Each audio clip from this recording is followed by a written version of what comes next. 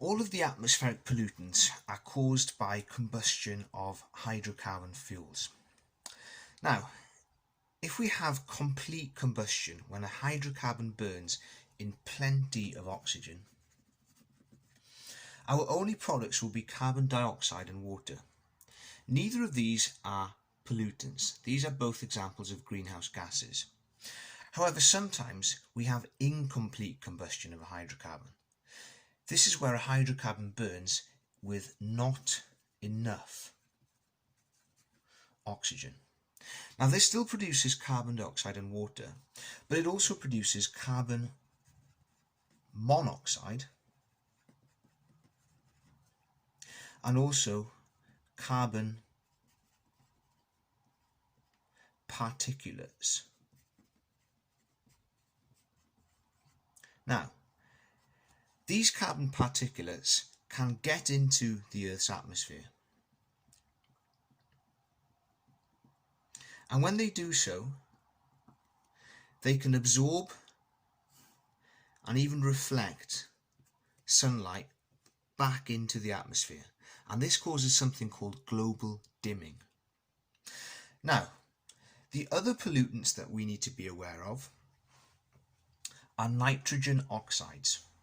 Nitrogen oxides are formed when nitrogen from the air reacts with oxygen in a car engine at high temperature. The product is nitrogen oxides. Now, nitrogen oxides can get into the atmosphere. When they reach the upper atmosphere, they will react with water vapour in clouds, and they will form a weak acid. When this weak acid condenses, it falls as acid rain. This acid rain can be very, very damaging to wildlife and aquatic life, for example. The other atmospheric that we need to be aware of is something called sulfur dioxide. Sulfur is an impurity in lots of fossil fuels. Now, when sulfur reacts with oxygen, it forms sulfur dioxide. Sulfur dioxide gas itself can cause respiratory problems for people.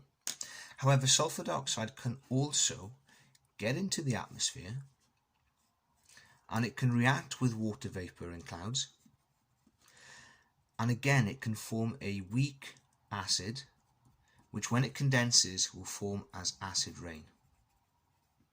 And as we said before, acid rain can cause problems for aquatic life and other wildlife. So these are the atmospheric pollutants that we need to be aware of.